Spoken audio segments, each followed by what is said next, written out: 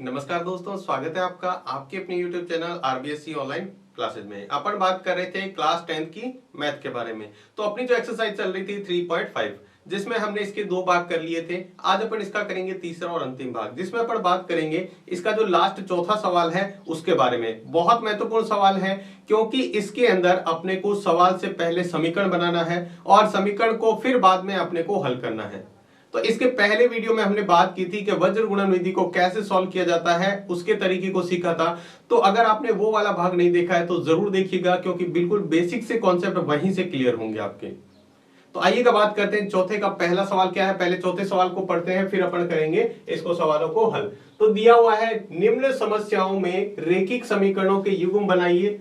यानी पहले आपको समीकरण बनानी है, उनके हल यदि अस्तित्व हो तो किसी बीजगणितीय विधि से ज्ञात कीजिए। आपकी जो मर्जी है वो बीजगणितीय आप विधि लगा सकते हैं। चाहे आप ग्राफिक विधि लगा सकते हैं, चाहे आप प्रतिस्थापन विधि लगा सकते हैं, चाहे आप विलोपन विधि लगा सकते हैं, या फिर आप अपनी जो इस एक्सरसाइज में चल रही है वजन गुणन विधि, चारों में से कोई सी भी लगा सकते हैं। ठीक है, तो देखो यहां पर बात करते हैं सवाल नंबर चौथे का पहला क्या है। पहले सवाल से समीकरण बनाना अच्छी तरह अपने को आना चाहिए। तो देखो दिया हुआ है एक छात्रावास के मासिक व्यय का एक भाग नियत है। यानी किसी हॉस्टल में या छात्रावास में अगर आप वहां रहते हैं तो रहने का जो चार्ज है वो फिक्स है। इसके बाद में तथा शेष इस पर निर्भर करता है कि छात्र ने कितने दिन भोजन लिया है। देखो रहने का चार्ज तो फिक्स है 1 महीने का। उसके बाद में अब जितने दिन आपने भोजन छात्रावास में किया है, उस हॉस्टल में किया है, तो उसका पर डे का चार्ज अलग मतलब निश्चित है। मतलब एक दिन आपने भोजन किया तो वो बता देगा इतना चार्ज है। अगर आप 2 दिन करते हो तो उसको 2 से गुणा कर दो। इस तरह से जब एक विद्यार्थी ए को जो कि 20 दिन भोजन करता है 1000 रुपए छात्रावास के व्यय के लिए अदा करने पड़ते हैं। अगर कोई छात्र है वो क्या है उसमें 20 दिन भोजन करता है, मान लो रहने का तो उसका फिक्स है उसका चार्ज। उसके बाद में अगर वो 20 दिन भोजन करता है तो 20 दिन का उसका रहने का प्लस उसका भोजन करने का जो चार्ज है वो 1000 रुपए है। कितने हैं? 1000 रुपए। जबकि एक छात्र बी यानी उसी हॉस्टल में दूसरा छात्र बी है, वो 26 दिन भोजन करता है और छात्रावास के लिए 1180 रुपए अदा करने पड़ते हैं। उसी हॉस्टल में एक दूसरा छात्र रहता है, ठीक है, जिसको 26 दिन रहने का 26 दिन भोजन करने का जो चार्ज है वो 1180 रुपए। यानी इसमें भी क्या है, जो हॉस्टल का नियत चार्ज है रहने का वो इसके अंदर पहले से ही शामिल किया गया है।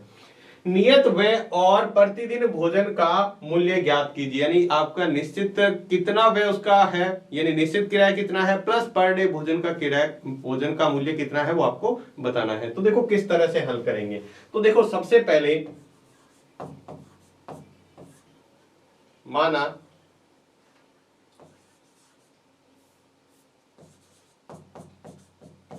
छात्रावास का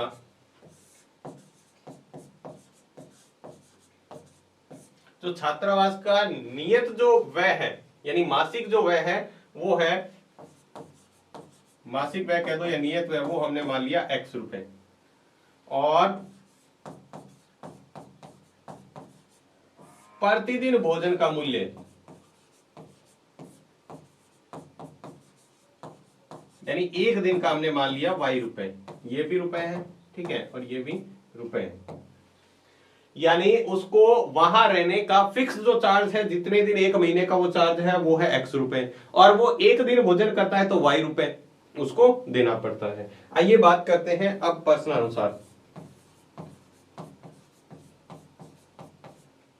देखो सिंपल सी समीकरण बनाएंगे बहुत ही आसान से तरीके, ताकि आपको समझ में आ जाए।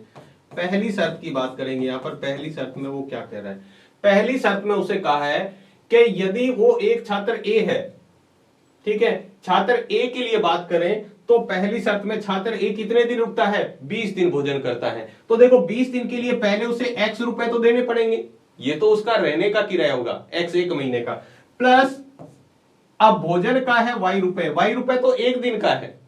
अब वो रहता कितने दिन है, 20 दिन, तो क्या हो जाएगा 20y। 20y क्यों है आपको समझ में आया। देखो अगर वो एक दिन रहता है तो उसको y रुपए, लेकिन 20 दिन का कितना हो जाएगा 20y, और टोटल जो उसने वहां पर रुपए दिए वो है 1000 रुपए। कितने रुपए दिए, 1000। ठीक है, इसको चाहो तो आप समीकरण 1 कह सकते हो। ठीक है, अब देखो दूसरी शर्त की बात करें, ये बी के लिए है, ये ए के लिए है और ये बी के लिए। अब बी है वही विद्यार्थी, वो 1 महीने रहेगा तो x रुपए तो उसी हॉस्टल का फिक्स है, x तो देना ही देना है उसको 1 महीने का, प्लस वो क्या है, वो कितने दिन रुकता है, 26 दिन, तो 26 दिन उसने भोजन किया है, सॉरी उसने रहने का तो 1 महीना फिक्स है, 26 दिन उसने भोजन किया है, तो कितना हो जाएगा, 1 दिन का y है तो 26 दिन का 26y बराबर कितने रुपए दिए इसने, 1180 रुपए। ये हमारी समीकरण नंबर 2 होगी। देखो इस तरह से अपने वैसे सवाल 2-3 ऐसे कर चुके हैं पहले, टैक्सी का किराया वाला जो सवाल था हमारा उसी तरह का सवाल है, यानी ये नियत किराया हो गया, उसके बाद है पर डे इतने रुपए देता है, तो इस तरह से किराया बना के अपन कर सकते हैं। अब देखो आगे आप पर निर्भर करता है कि आप इसको कौन सी विधि से करना चाहते हैं, कोई सी भी विधि से आप इसको कर सकते हैं। तो देखो समीकरण 1 और 2 है, अपन वापस लिख लेते हैं, पहला x प्लस 20y बराबर 1000 और दूसरी है x प्लस 26y बराबर 1180। देखो यहां पर है हमारी पहली समीकरण x प्लस 20y बराबर 1000, ये हमारी समीकरण नंबर 1 है, और दूसरी x प्लस 26y बराबर 1180 रुपए, ये हमारी समीकरण 2 है। आप चाहे जो विधि लगा सकते हैं, लेकिन मैंने आपको क्या कहा है, अगर आपको कुछ नहीं कहे तो सबसे आसान होती है विलोपन विधि। ठीक है, तो यहां पर अपन क्या लगा देते हैं, विलोपन विधि।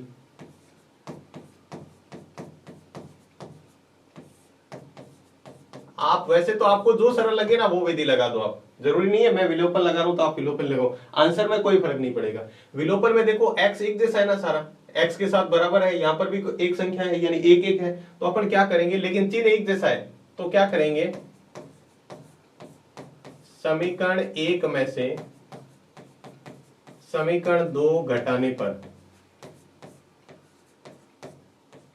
क्या करने पर, घटाने पर, तो देखो हम समीकरण 2 को क्या कर देते हैं, घटा देते हैं। तो देखो घटाने के लिए लिख लेते हैं x प्लस 20y बराबर 1000 और दूसरी है x प्लस 26y बराबर 1180। घटाने का नियम आपको याद है, पहले क्या करते हैं, चिन्ह चेंज करते हैं, यहां कुछ भी नहीं है तो ये माइनस हो गया, ये भी माइनस और ये भी माइनस। माइनस करने के बाद में देखो x और x तो क्या हो जाएगा, कट जाएगा, ये x और ये x क्या हो जाएगा, कट जाएगा। क्यों कट जाएगा, क्योंकि हमने क्या किया, यहां पर एक जैसा इसको किया है, इसके आगे कोई चिन्ह नहीं, अब ये प्लस का है। ठीक है, अब माइनस का हो गया। अब देखो यहाँ पे x तो कट गया, ये देखो 20 में से 26 नहीं जाएंगे, 26 में से 20 कटाएंगे तो माइनस का 6y आएगा। माइनस का 6y क्यों आया, अब इस 26 के आगे माइनस का चिन्ह, ध्यान रखना प्लस वाला नहीं है। ऐसे ही इसमें से करेंगे तो 1000 में से 1180 नहीं, 1180 में से 1000 घटाएंगे तो माइनस का 180। सीधा सा पक्षांतर कर लो, y बराबर माइनस का 180 बटे माइनस का 6, माइनस से माइनस कट गया, 6 180 में 6 का भाग देंगे तो y बराबर हमारे पास आ जाएगा 30। कितना आ जाएगा, 30। अब अपने को क्या करना है, y बराबर 30 कोई सी भी समीकरण में रख सकते हैं, समीकरण 1 में मान लो रखने पर, कौन सी समीकरण में रख रहे हैं, समीकरण 1 के अंदर y बराबर 30, तो यहां रखा x प्लस 20 इंटू वाई की जगह हमने क्या रख दिया, 30 बराबर 1000। ध्यान से देखें दोबारा से, इस y की जगह अपने को क्या रखना है, ये y 20 के गुणा में है, तो यहां पर y की जगह अपने 30 रख दिया यहां पर, तो क्या हो जाएगा, 20 को 30 से गुणा किया तो कितना आ जाएगा, 600 बराबर 1000। अब x का मान निकालेंगे तो ये 1000 तो पहले से पड़ा है, 600 को इधर ले जाएंगे तो माइनस में, क्यों, क्योंकि इधर 600 प्लस में है, इसमें से घटाएंगे तो कितना आ जाएगा, 400। x का मान कितना आ गया, 400। x क्या था, x हमने जो माना था वो हमने माना था छात्रावास का नियत किराया जो था। ठीक है, यानी छात्रावास का नियत भुगतान है, एक छात्रावास का मासिक व्यय जो है वो हमने माना था x, और उसके बाद प्रतिदिन वाला y माना था, तो यहां पर लिख दो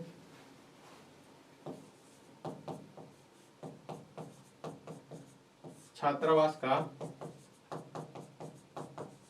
मासिक व्यय बराबर कितना है, 400 रुपए, और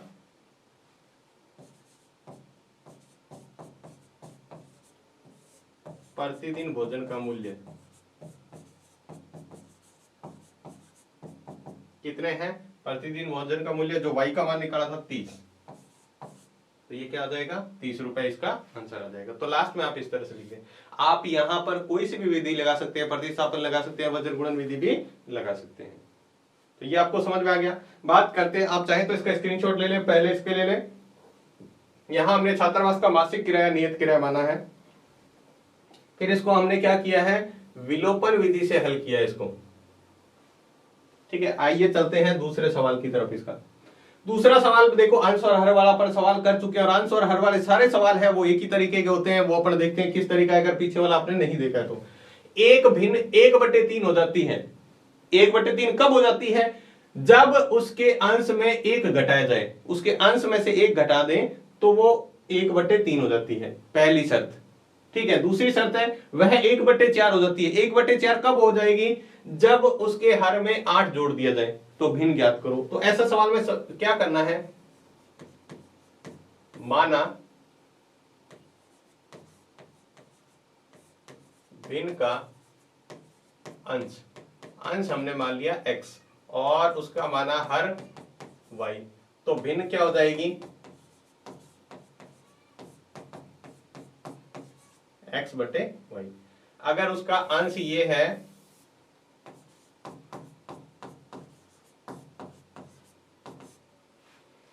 अगर उसका अंश x है और हर y है तो x/y, इस तरह से। अब आ जाओ प्रश्नानुसार।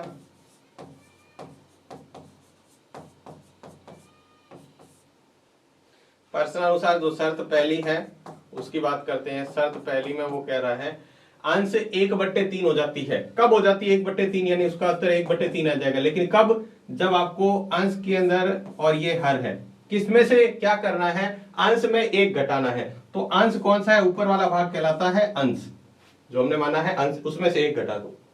ठीक है, और सिंपल सी वज्र गुणा करा लो। वज्र गुणा कराएंगे तो देखो इसको इससे गुणा होगा, और y को 1 से गुणा करेंगे तो 1y लिखो या सिर्फ y लिखो, y को 1 से, इस तरह से तिरछी गुणा। 3 के अंदर गुणा करेंगे तो 3x - 3 बराबर y। देखो यहां समीकरण बनाते हैं इसकी।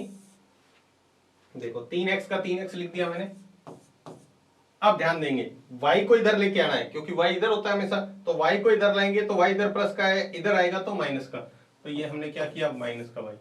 अब मेरे को क्या करना है, 3 को इधर भेजना है, क्योंकि संख्या मैं इधर रखता हूं, तो 3 को मैंने इधर भेज दिया। तो 3 को इधर भेजेंगे तो क्या हो जाएगा, प्लस का 3, और ये हो गई हमारी समीकरण 1, क्योंकि यहाँ माइनस का 3 है, इधर गया तो प्लस का, ये 1 हो गई। अब हम क्या करेंगे, शर्त दूसरी को सॉल्व करेंगे। दूसरी शर्त में देखो क्या कहा हुआ है सवाल के अंदर, 1/4 हो जाती है, भिन्न 1/4 हो जाती है। कब हो जाती है, जब हर में 8 जोड़ दें। हर में अपने को क्या करना है, 8 जोड़ना है, तो हर के अंदर 8 जोड़ देंगे। तो हर के अंदर 8 जोड़ेंगे तो x, ये y होता है हर, और इसमें हमने 8 जोड़ दिया। इसमें भी वज्र गुणा करते हैं, तो वज्र गुणा इसको इससे गुणा करेंगे तो 4x बराबर, इसको इससे गुणा करेंगे, यानी y + 8 को 1 से गुणा करना है, तो सेम ही संख्या आएगी 1 से गुणा करने पर। अब पक्षांतरण कर लेते हैं, y को इधर लाएंगे माइनस का, 8 को इधर ही रखेंगे, 8 को इधर ही रखेंगे। ये हमारी समीकरण 1 है, ये हमारी समीकरण 2 है। देख लो x और y में से कौन सा बराबर है। अगर बराबर है तो गुणा नहीं करेंगे, अदरवाइज अपने को गुणा करनी पड़ेगी। और बराबर, यहां पर भी y के साथ कुछ भी नहीं है, इसका मतलब 1 है, और यहां पर भी y के साथ कुछ नहीं है, इसका मतलब 1 है।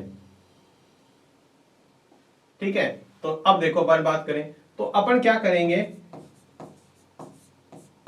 समीकरण 1 में से समीकरण 2 घटाने पर, देखो घटाने पर क्यों लिखा, क्योंकि यहां भी माइनस है और यहां भी माइनस है, एक जैसा चिन्ह होता है तब अपन घटाव करते हैं। तो समीकरण लिख लेते हैं, 3x - y बराबर 3, और ये है 4x - y बराबर 8। घटाने के लिए पहले चिन्ह चेंज कर लेते हैं, ये क्या हो जाएगा माइनस, ये हो जाएगा प्लस, और ये माइनस। तो 3x में से 4x नहीं जाएगा, 4 में से 3 घटाएंगे तो माइनस का 1x बराबर, या माइनस का x कह दो, 1x कह दो, या सिर्फ x कह दो, कोई फर्क नहीं पड़ता है। अगर आप सिर्फ इसको माइनस का x कहते हो तब भी कोई फर्क नहीं पड़ता है। ठीक है, और ये तो कट हो जाएगा इससे, बराबर 3 में से 8 नहीं जाएगा, -8 में से 3 घटाएंगे तो माइनस का 5, और ये माइनस इधर जाएगा तो प्लस का। तो हमारे पास x बराबर आ चुका है, देखो माइनस का x बराबर -5 है, ये माइनस इधर जाएगा तो प्लस, यानी x बराबर 5। अब जो x बराबर 5 आया है वो समीकरण 1 में रख देते हैं। x बराबर 5 समीकरण 1 में। समीकरण 1 क्या है? 3x माइनस वाई बराबर 3। रखते हैं 3 और x। देखो समीकरण हमारी क्या है, एक बार समीकरण यहां लिख देते हैं, 3x माइनस वाई बराबर 3। ये हमारी समीकरण। तो इस x की जगह अपने को 5 रखना है, तो मैंने x की जगह ये 3 और x क्या है गुणा में, तो 3 गुणा 5 माइनस वाई बराबर हमने रख दिया 3। ये हम इस समीकरण में रख दिया। अब देखो इसको कर रहे हैं, 3 को 5 से गुणा किया 15 माइनस वाई बराबर 3। तो ये माइनस का वाई तो इधर पड़ा है, 15 को इधर ले जाएंगे तो 3 माइनस 15, 3 माइनस 15। देखो क्या है, 15 इधर प्लस का इधर गया तो माइनस का। अब हमारे पास आ गया माइनस का वाई बराबर 15 में से 3 में से 15 नहीं जाएगा, 15 में से 3 घटाएंगे तो माइनस का 12, और ये माइनस इधर जाएगा तो प्लस का हो जाएगा। हमारे पास x और y दोनों के मान आ चुके हैं, लेकिन x और y नहीं है। आपको क्या पूछा था? अतः भिन्न जो हमारी थी x बटे y, तो x का मान कितना है 5 और y का मान कितना है 12। तो आपको आंसर भिन्न का निकालना है। यहाँ आंसर x y में नहीं पूछा है, देखो सवाल में क्या पूछा है, तो वह भिन्न ज्ञात कीजिए। भिन्न का मतलब x बटे y का मान, तो इसके अंदर रखेंगे x की जगह 5, y की जगह 12, तो ये हमारा सवाल हो जाएगा। तो इसका भी आप स्क्रीनशॉट ले ले। हमने यहाँ पे कौन सा विधि लगाया है? विलोपन विधि।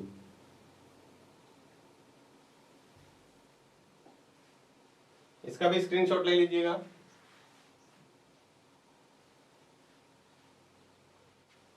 ये है हमारा तीसरा सवाल। यश ने एक टेस्ट में 40 अंक अर्जित किए, यानी कोई टेस्ट हुआ जिसके अंदर 40 है। जब उसे प्रत्येक सही उत्तर पर, ये पर लिखा हुआ है ऐसे नहीं है, ये पर 3 अंक मिले, यानी अगर उसका उत्तर सही होता है तो उसको 3 अंक मिलते हैं, और अशुद्ध उत्तर पर, यानी उत्तर गलत है तो फिर 1 अंक कटौती होती है। ठीक है। यदि उसे सही उत्तर पर 4 अंक मिले और अशुद्ध उत्तर पर 2 अंक मिले तो उसके 50 अंक अर्जित करता है। उसी टेस्ट के अंदर अगर सही उत्तर पर 4 अंक दिए जाएं और गलत उत्तर पर 2 अंक काटे जाएं तो उसके अंक जो है 50 हो जाएंगे। तो आपको बताना है टेस्ट में पर्सन कितने थे, कुल पर्सन। तो अपन बात करें यहां पर, पहले माना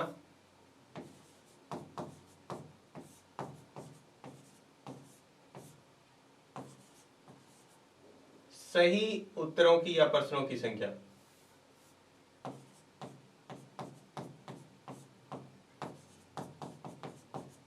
हमने मान लिया उसने सही जो उत्तर दिए हैं वो है x, और गलत जो उत्तर हैं या अशुद्ध उत्तर हैं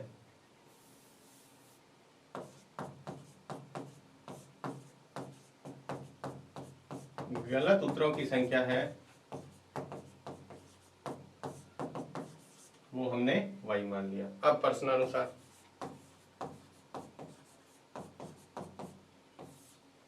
शर्त पहली, यानी पहले टेस्ट के अंदर जो बात है वो करेंगे। देखो सही उत्तर है x, और सही उत्तर पर पहली बात करें तो 3 अंक मिलते हैं, तो उसके x उत्तर सही हैं, तो टोटल कितने नंबर हो जाएंगे? 3x। कैसे? अगर मान लो उदाहरण के लिए मान लेते हैं, अगर कोई 20 पर्सन थे, ये पर्सनों की संख्या है, ठीक है, जिसमें से जो सही थे वो मान लो 12 थे और गलत थे वो 8, ये सही वाले हैं ये गलत वाले हैं। अगर सही पर आपको 3 अंक मिले तो 12 इंटू 3, तो 12 3 36, और गलत के कट भी जाएंगे तो 1 अंक कटता है, तो 8, 8 इंटू 1 यानी 36 में से 8 घटा दो तो फिर अपने पास ये टोटल रिजल्ट ये आएगा। इसी तरह का सवाल है। तो जितने अपने पास क्वेश्चन है ना, उसको सही वाले जितने हैं उसको सही के कितने नंबर मिलते हैं उससे गुणा कर दो, माइनस फिर घटाएंगे, क्योंकि ये तो नंबर कटते हैं ना, तो कटने के लिए अपन क्या कर देंगे, उसको घटा देंगे। और y, एक y लिखो, या 1 अंक कटता है तो 1 y लिख सकते हो, और बराबर उसको टेस्ट में उसमें कितने मिले, पहले टेस्ट के अंदर टोटल उसको 40 नंबर मिले, जैसे हमने अभी निकाला था ना उस तरह से 40 अंक। ये हमारी होगी समीकरण नंबर 1। अब बात करते हैं शर्त सेकंड। उत्तर तो अपने x सही है, लेकिन अगर 4 नंबर दे दे, इस बार 3 की जगह 4 नंबर दे दे, और कटने y, टोटल गलत क्वेश्चन कितने हैं y, और कटने वाले 2 नंबर हो तो उसको नंबर उसी टेस्ट में 50 हो जाएंगे। ये हमारी दूसरी समीकरण है। जो मर्जी है उस तरीके से सॉल्व कर लो। देख लो बराबर है क्या, बराबर कुछ भी नहीं है। तो यहाँ 2 है y के साथ, यहाँ 1 है, तो इस समीकरण में अगर अपन 2 की गुणा करा दे तो ये बराबर हो जाएगा। तो लिखेंगे समीकरण 1 में 2 की गुणा करने पर, ठीक है, गुणा कर देते हैं 2 की। तो 2 की गुणा करेंगे तो ये क्या हो जाएगा, ये 3 का हो जाएगा 6x माइनस ये हो जाएगा 2y। देखो इस सबको 2 से गुणा करनी है, पूरी समीकरण को 2 से गुणा करनी है, बराबर में कितना हो जाएगा 80। ठीक है, गुणा करके या ऐसे लिख देते हैं, गुणा करके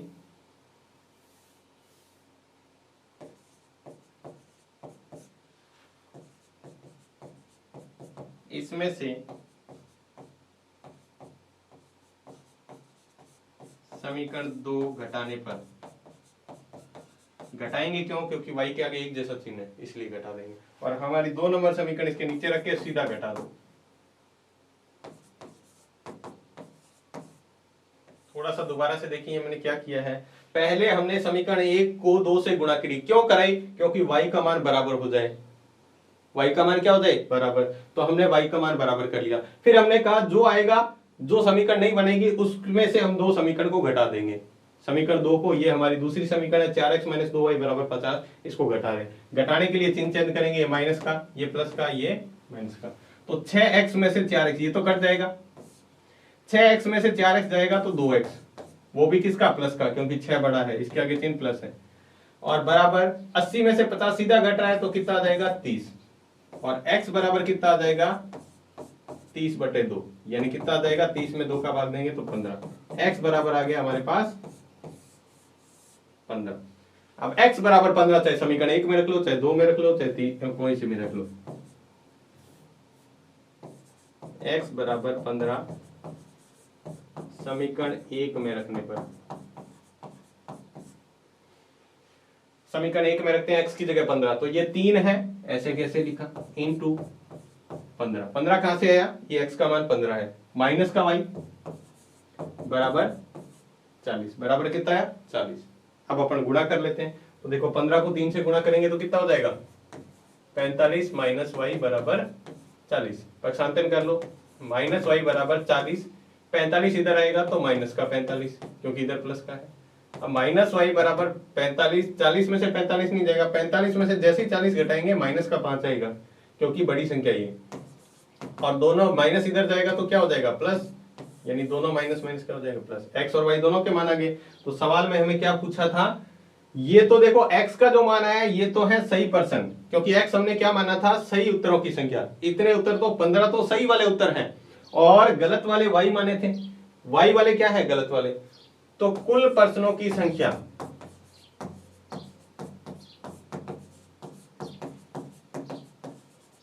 कुल प्रश्नों की संख्या मतलब x प्लस y दोनों ही हैं, सही और गलत दोनों मिला के टोटल प्रश्न तो वही थे, जितने सही थे वो इतने गलत थे। तो हमने क्या किया, इनको जोड़ दिया, x का मान हमारा आया था 15 और y का मान आया था 5, दोनों जोड़ा तो कितना आ गया 20। ये हमारे क्या है कुल प्रश्न है, प्रश्नों की कुल संख्या आपको पूछी थी और प्रश्नों की कुल संख्या कितनी है 20। तो आप इसका भी स्क्रीनशॉट ले सकते हैं, बहुत ही सिंपल सा सवाल है, और फिर ये भी कर सकते हैं। देखो आप इसमें जो विधि मर्जी है लगा सकते हैं, अपन यहाँ पर विलोपन विधि से कर रहे हैं सारे सवाल, आप अगर चाहे तो दूसरी विधि भी लगा सकते हैं। बात करते हैं अपने नेक्स्ट पर्सन की, इस पर्सन को बहुत ध्यान से समझिएगा। ये पर्सन जो हिंदी मीडियम वाली बुक है एनसीईआरटी वाली, उसमें क्या है कई जगह मिसप्रिंट भी है, जो पुरानी बुकें हैं उसके अंदर मिसप्रिंट भी है, तो ये थोड़ा सा ध्यान रखिए, आपको पूरा सवाल इसके अंदर देखना है, ठीक है। ये वाली लाइन जो सेकंड कंडीशन है उसकी दे नहीं रखी है। बात करें सवाल को अच्छी तरह पहले पढ़ना है। एक राजमार्ग पर दो स्थान ए और बी 100 किलोमीटर की दूरी पर है, ठीक है, दो स्थान है जिनके बीच की दूरी 100 किलोमीटर है। एक कार ए से तथा दूसरी कार बी से एक ही समय चलना प्रारंभ करते हैं यदि दो कारें भिन्न भिन्न चालों से एक ही दिशा में, ये एक ही दिशा लिखा हुआ है यहां पर, एक ही दिशा में चलती है तो वे 5 घंटे पश्चात मिलती हैं, तथा यदि वे एक दूसरे की तरफ अर्थात विपरीत दिशा में चलती है तो वो 1 घंटे पश्चात मिलती है।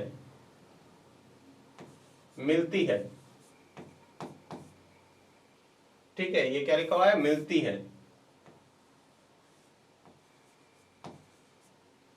तो कारों की चाल ज्ञात करो। यहां पर हमारा एक सूत्र होता है,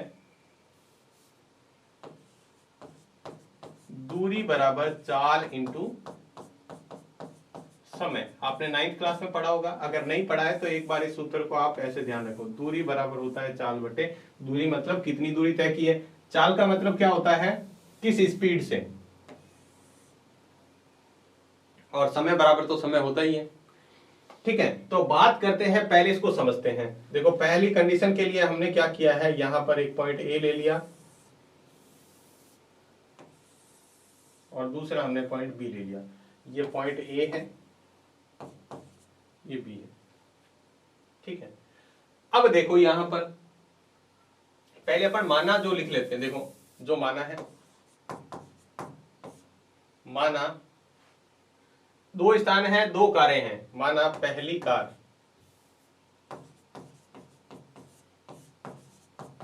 कार की चाल स्पीड x किलोमीटर प्रति घंटा और दूसरी कार की चाल जो है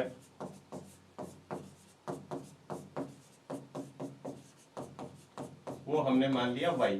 वो क्या मान लिया, y। पहली कार की चाल x, दूसरी की y। अब देखो हम प्रश्न अनुसार बात करें। देखो बात को ध्यान से समझना। देखो अब बात करें, कोई कार यहां से चल के यहां तक जा रही है, ये बी पॉइंट है, ये पॉइंट ए है, ये पॉइंट बी है। अब वो कह रहा है, पॉइंट बी यहां मान लेते हैं, ये पॉइंट है बी। ठीक है, अब वो कह रहा है, क्या कह रहा है, एक ए से और बी के, इनकी बीच की दूरी कितनी है, यहां से यहां तक की टोटल दूरी 100 किलोमीटर है। कितनी है, 100। ए और बी के बीच की दूरी 100 किलोमीटर है। पहली कंडीशन में वो कह रहा है, एक कार ए से चलना प्रारंभ हुई और बी से, दोनों एक ही दिशा में जा रही है। एक कार मान लो यहां से है, ठीक है, इस ए वाले पॉइंट से एक कार ने चलना प्रारंभ किया, ठीक है, इस दिशा में।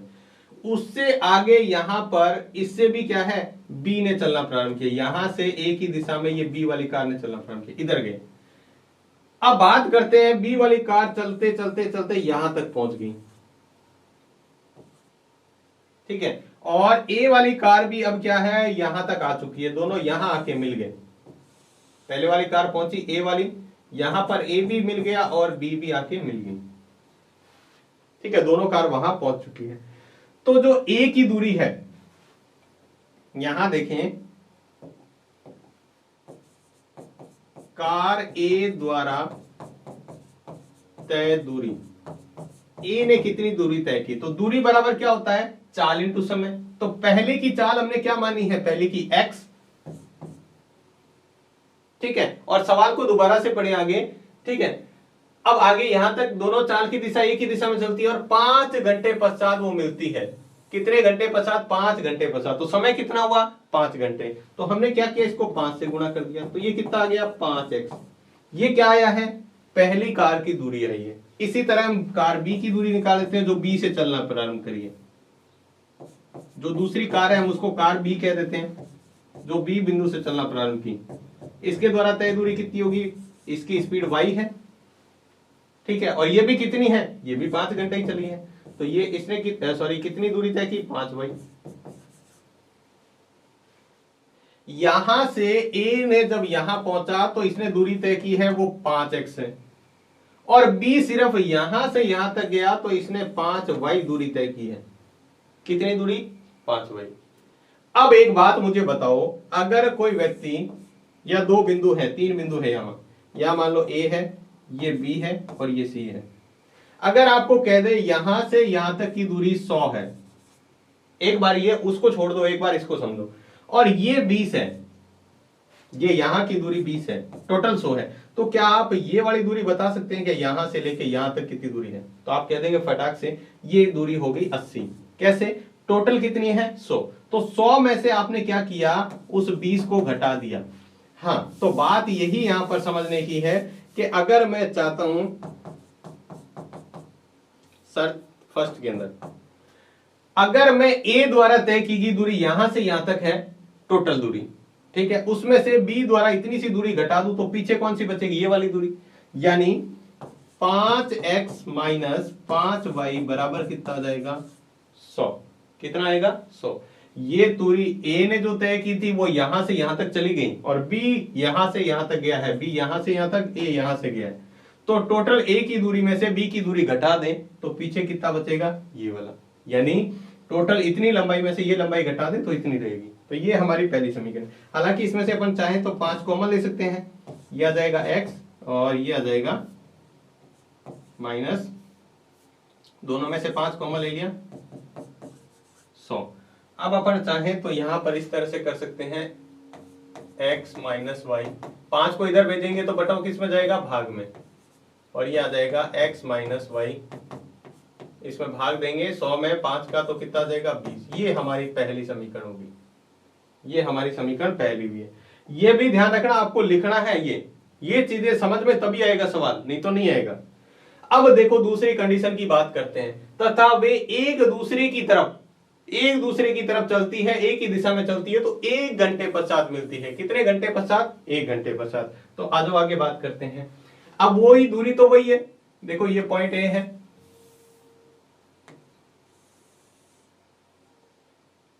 ये ए पॉइंट है, ये बी पॉइंट है, टोटल यहां से कितना है 100 किलोमीटर है। ध्यान से समझते रहिए, 100 किलोमीटर है।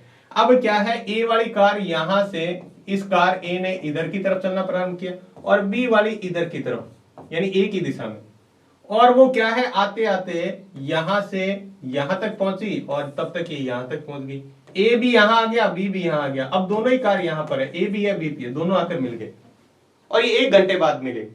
तो ए द्वारा 1 घंटे में तय दूरी, जो ए वाली कार है, ए द्वारा 1 घंटे में तय दूरी बराबर क्या होता है, चाल इंटू समय। पहले की चाल x और समय 1, इसको गुणा करेंगे तो क्या आ जाएगा, 1x लिखो या सिर्फ x लिख दो। इसी तरह b की बात करें, b द्वारा 1 घंटे में तय दूरी, तो इसका कितना आ जाएगा, इसकी स्पीड है y की, 1 घंटे चलता है तो y दूरी तय करता है। ठीक है, अब देखो कुछ दूरी इसने तय की है यहां से यहां तक, कुछ दूरी इसने तय की है, दोनों की मिला दे तो ये हम दूसरी शर्त बना रहे हैं यहां पे, दोनों की, यानी इसने x दूरी तय की है और इसने y दूरी तय की है, तो कुछ दूरी ये चल के आया, कुछ दूरी ये, दोनों की मिला के दूरी कितनी होगी, पूरी दूरी तय हो गई, और पूरी दूरी कितनी थी 100। ये हमारी होगी समीकरण नंबर 2। समझ में आया नहीं आया? देखो अगर मान लो आप कहे एक व्यक्ति यहां से चल के यहां गया, मान लो ये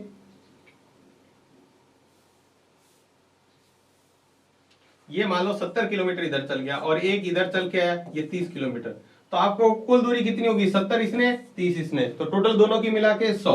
इसी तरह कुछ भी हो सकता है, यहाँ पे दूरी अपने को पता नहीं है। अब दोनों समीकरण अपने पास आ चुके हैं, समीकरण 1 ये समीकरण 2। अब अपन क्या कर देते हैं, समीकरण 1 और 2 को जोड़ देते हैं,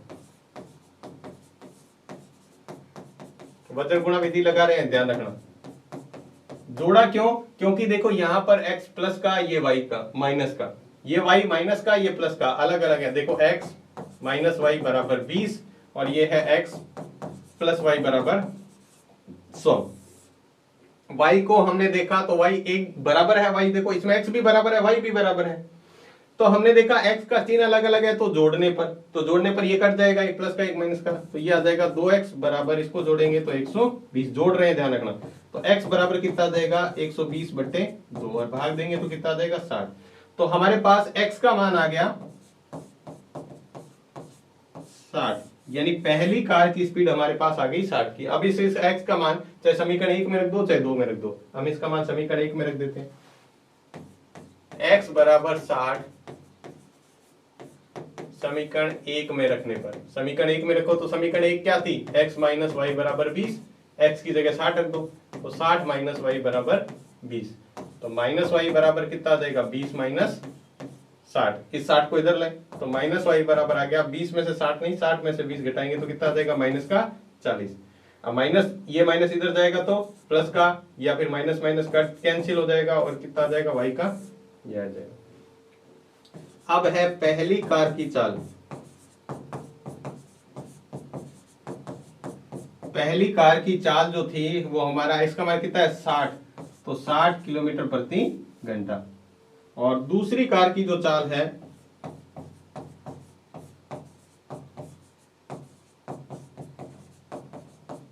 वो है 40 किलोमीटर प्रति घंटे। तो आप इससे कर सकते हो। तो ये देखो, यहां पर सवाल को अच्छी तरह समझना है, किस तरह से हमने सवाल किया है। ये चीजें आप चित्र से समझाने का ये मतलब था कि आपको अच्छे से समझ में आ जाए। तो इसका भी आप स्क्रीनशॉट ले सकते हैं, इसका भी स्क्रीनशॉट ले सकते हैं, और फिर ये स्क्रीनशॉट। ये देखो, सवाल आप खुद करेंगे तो आपको आसानी से समझ में आ जाएगा। ये मैंने समझाने के लिए इतना बड़ा बताया है। चलिए बात करते हैं अपने नेक्स्ट अंतिम सवाल की तरफ। अंतिम जो सवाल है वो क्या दिया हुआ है, एक आयत का क्षेत्रफल 9 वर्ग इकाई कम हो जाता है। आयत का क्षेत्रफल जितना उसमें से 9 कम हो जाता है। कब कम हो जाता है? यदि उसकी लंबाई 5 इकाई कम कर दी जाए और चौड़ाई 3 इकाई बढ़ा दी जाए। यदि उसकी लंबाई कम कर दें और चौड़ाई को 3 बढ़ा दें, लंबाई को 5 कम कर दिया और चौड़ाई को 3 बढ़ा दिया, तो उसका क्षेत्रफल 9 इकाई कम हो जाएगा। दूसरी शर्त है, यदि हम लंबाई को 3 इकाई और चौड़ाई को 2 इकाई बढ़ा दें, यानी लंबाई को 3 बढ़ा दें और चौड़ाई को 2 बढ़ा दें, तो उसका क्षेत्रफल 67 वर्ग इकाई बढ़ जाएगा। तो आपको बताना है आयत की विमाएं क्या है, यानी आयत की लंबाई चौड़ाई क्या है। देखो, बहुत ही सिंपल सा सवाल है। माना आयत की लंबाई x और इसकी चौड़ाई, आयत की लंबाई हमने x मानी और चौड़ाई, तो इसका क्षेत्रफल, आयत का क्षेत्रफल याद होगा आपको सूत्र। आयत का क्षेत्रफल क्या होता है? लंबाई इंटू चौड़ाई। लंबाई कितनी x, चौड़ाई कितनी y, यानी क्षेत्रफल कितना आ गया xy। ये तो जब x और y लेते हैं तब है। अब प्रश्न अनुसार आ जाओ। अभी हमारे पास जो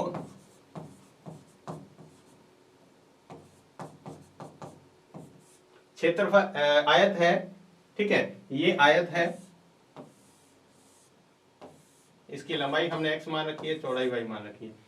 इसमें कुछ फेरबदल करते हैं, उसमें कुछ बदलाव करते हैं। अभी इसका जो क्षेत्रफल है, ये जो क्षेत्रफल की बात करें तो इसका क्षेत्रफल है वो है xy, लंबाई इंटू चौड़ाई। अब क्या करते हैं, अगर इसका क्षेत्रफल 9 इकाई कम हो जाता है, अभी क्षेत्रफल कितना है, पहली शर्त की बात कर रहे हैं, देखो जितना भी है क्षेत्रफल अभी xy है, इसमें से भी 9 कम हो जाएगा, मतलब 9 कम हो जाएगा, मतलब 9 कम कर दिया। कब कम हो जाएगा? जब अपन क्या करें, इसकी लंबाई और चौड़ाई में से कुछ बदल के रहे। लंबाई को 5 कम कर दें, तो लंबाई कितनी है, अभी x है, इसमें से 5 कम कर दिया तो x माइनस 5, यानी लंबाई जितनी भी है इसमें 5 कम करेंगे ना तो कितनी हो जाएगी, x माइनस 5। और चौड़ाई को 3 बढ़ाना है, मतलब x प्लस 3। लंबाई को 5 करें और चौड़ाई को 3 बढ़ा दे, लंबाई को 5 कम करना है, चौड़ाई को 3 बढ़ाना है, ये आ गया। ठीक है, अब इसको सिंपल सॉल्व करते हैं और अपना आंसर निकालते हैं। ये तो देखो xy का xy पड़ा है -9, इसको गुणा करेंगे। यहां गुणा, पहले x को y से गुणा किया तो ये आ जाएगा xy। अब x को गुणा करेंगे 3 से तो प्लस का 3x। ठीक है, अब इस 5 की गुणा करनी है y से, ये माइनस का 5 है तो माइनस का 5y, और इस 5 की गुणा करनी है 3 से, तो माइनस का 5 प्लस का 3 माइनस का 15, माइनस का 15। यहां पर देखो ये xy है प्लस का, ये xy माइनस का, सॉरी x प्लस का, ये भी प्लस का। जब इसको इधर लाएंगे तो माइनस का हो जाएगा, ये यहीं कट गया। यानी सिंपल सी बात है, अगर इधर x लिखा हुआ है x प्लस 3 और इधर लिखा हुआ है x प्लस वाई प्लस 3, ठीक है, तो ये x इससे कट जाएगा, क्योंकि इधर आएगा तो माइनस का हो जाएगा। जब बराबर के दोनों तरफ एक जैसी संख्या हो और एक जैसा चिन्ह हो तो वो आपस में कट जाती है। तो हमने क्या किया, इसको बची हुई चीजें अपन आगे लिख लेते हैं। इधर बचा है माइनस का 9 बराबर, आगे बात करें तो इधर बात करें 3x minus 5y minus 15, 3x minus 5y minus 15। पक्षांतरण कर लेते हैं, सारी संख्या एक तरफ, इसको भी इधर ले आते हैं, तो 3x माइनस 5y। ठीक है, ये तो इधर पड़ा है, या ये समझ लो कि 15 को इधर लेके आएंगे, तो 15 इधर आएगा तो किसका हो जाएगा, माइनस का 9 पहले से पड़ा है, 15 प्लस का हो जाएगा, क्योंकि माइनस का इधर आएगा तो प्लस का। इसको हल किया, 9 में से 15 नहीं, 15 में से 9 जाएगा तो कितना आएगा 6, वो भी प्लस का, क्योंकि 15 बड़ा संख्या है, प्लस का। अब बात करते हैं शर्त दूसरी की। दूसरी जो शर्त है उसके अंदर क्या कह रहा है सवाल में, अब हम लंबाई को 3 बढ़ा दें और चौड़ाई को 2, लंबाई को 3 बढ़ाना है और चौड़ाई को 2 बढ़ाना है, यानी लंबाई x प्लस 3 हो जाएगी और चौड़ाई, सॉरी यहां पर y है, y में देखो y है इसकी चौड़ाई, तो y में 3 जोड़ेंगे और y हो जाएगी y प्लस 2। 3 बढ़ाएंगे तो लंबाई x प्लस 3, चौड़ाई को 2 बढ़ाएंगे तो 2, और क्षेत्रफल 67 बढ़ जाएगा। तो देखो इसको किस तरह से करेंगे, तो यहां पे हमने क्या किया, लंबाई में 3 बढ़ा दिया तो x प्लस 3, चौड़ाई में 2 बढ़ा दिया तो y प्लस 2, बराबर क्षेत्रफल, ऐसे तो x y था, इसमें क्या हो गया 67 की वृद्धि होगी। अब सिंपल सा वैसे ही गुणा करो, इसको इससे गुणा किया तो x y, अब इसको इससे गुणा करेंगे तो ये कितना हो जाएगा प्लस का 2x, 3 को y से गुणा करेंगे प्लस का 3y, और 3 को 2 से गुणा करेंगे प्लस का 6, बराबर xy, ये फिर से xy से xy क्या हो जाएगा कैंसिल, क्योंकि एक जैसा है और बराबर के दोनों एक जैसे चिन्ह है। तो ये है 2x प्लस 3y बराबर 67 माइनस 6। ये देखो 67 है, ये 6 है, ये 6 इधर जाएगा तो माइनस का, तो ये हमारे पास आ गया 2x प्लस 3y बराबर 61। ये हमारी होगी समीकरण नंबर 2। 61 कैसे आया, 67 में से 6 घटा दिया तो 61। ये हमारी समीकरण 1, ये 2। अब इसको अपने को हल करना है, जो तरीका लगा के आप हल करना चाहें कर सकते हैं, ठीक है, आप जो तरीका लगाना चाहें यहां पर लगा सकते हैं। तो देखो हमने क्या किया, यहां पर तरीका जो लगाया है वो यही लगाए, वज्र गुणा विधि, ठीक है। अपन समीकरण को यहां लिख लेते हैं, 3x माइनस 5y, और दूसरा है 2x प्लस 3y।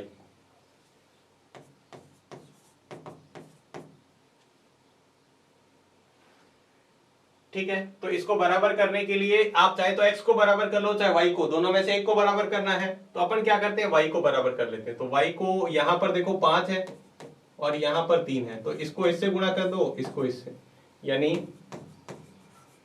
समीकरण 1 को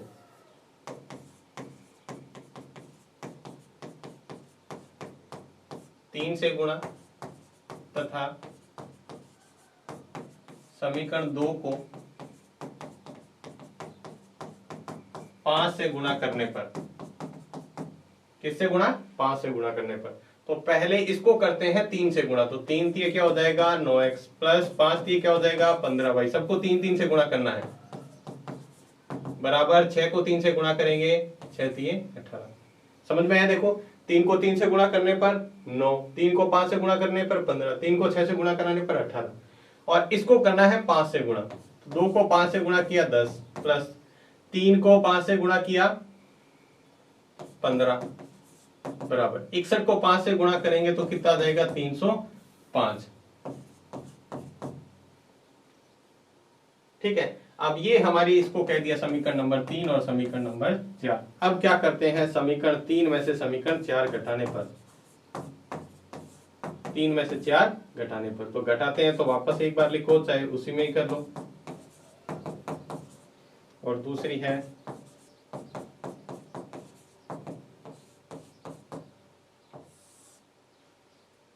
सॉरी प्लस करना है, क्योंकि सॉरी माइनस नहीं करेंगे, प्लस करेंगे। क्यों, क्योंकि यहाँ पर माइनस प्लस अलग अलग चिन्ह है तो प्लस करते हैं। तो जोड़ने पर, समीकरण 3 और 4 को जोड़ने पर, तो ये तो इससे कट हो जाएगा, 19 9 और 10 जोड़ेंगे तो 19x, बराबर इसमें 18 जोड़ेंगे तो कितना हो जाएगा, ये आ जाएगा 3 1 30, ये कितना आ जाएगा, ये आ जाएगा 323, कितना आ जाएगा 323। अब अपन x का मान निकालें तो x बराबर आ जाएगा 323 बट्टे 19, x 19 इधर गुणा में इधर जाएगा तो भाग में, भाग करके देखते हैं इसमें x का मान कितना आता है। 19 में भाग करेंगे तो 19 से कम 19, फिर उसके बाद आ जाएगा 32 में से 19 घटाएंगे तो कितना आ जाएगा, यहाँ आ जाएगा 3 और ये आ जाएगा 1 और आएगा 133। तो 19 का पढ़ा कितनी बार बोले पर 133 आता है?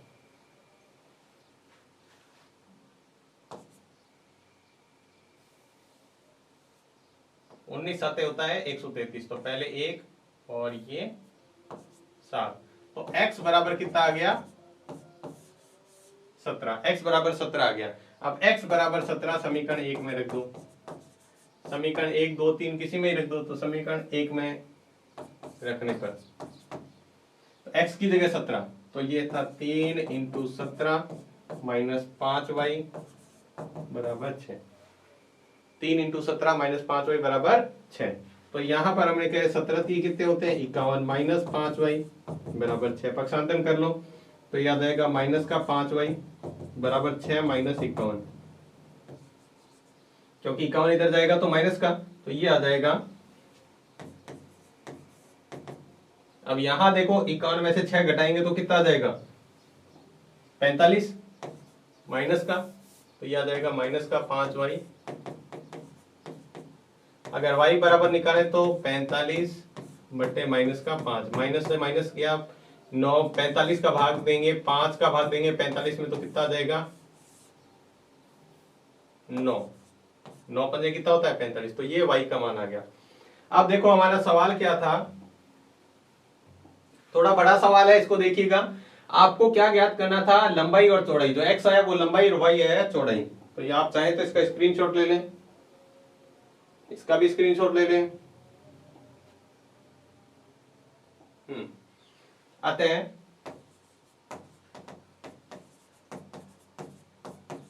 आयत की लंबाई। लंबाई हमने क्या मानी थी x, और x का मान कितना आया है, x का मान जो हमारा निकाला था 17, और चौड़ाई आयत की और y का मान हमने निकाला है 9। ये कितना है, इसके आगे आप इकाई लिख दो ताकि जो भी मात्रक है वो रहेगा। तो इस तरह से आप इस सवाल को कर सकते हैं। तो ये था इसका पूरा चौथे के सारे सवाल। उम्मीद है आपको अच्छे से समझ में आ गए होंगे। यहां पर देखो आपको सवाल से समीकरण बनाना बहुत ही जरूरी है। अगर आप ये सवाल समीकरण बनाना सीख गए तो उसके बाद में आप जो समझ में आए, जो आपको तरीका अच्छा लगे वो लगा सकते हैं, चारों में से कोई विधि। ग्राफिक विधि आप बहुत कम लगाइएगा, जिस सवाल में कहा हुआ है उसी से ग्राफिक से कीजिएगा, क्योंकि अगर ग्राफिक विधि से करेंगे तो फिर आपको ग्राफ बनाने की जरूरत पड़ेगी, उसमें आपका टाइम ज्यादा लग सकता है। तो आप इसको नॉर्मल, सबसे पहला होता है विलोपन विधि से आप हल कीजिएगा, नहीं तो आप प्रतिस्थापन या वज्र गुणन विधि भी लगा सकते हैं। तो ये थी आपकी पूरी 3.5 प्रश्नावली। उम्मीद है आपको अच्छे से समझ में आ गई होगी। तो आज की वीडियो में बस इतना ही। वीडियो आपको कैसे लगा हमें कमेंट बॉक्स में लिखकर जरूर बताएं। अगर आपको वीडियो अच्छा लगा है तो इसको लाइक जरूर कीजिएगा। तो आज की वीडियो में बस इतना ही। धन्यवाद।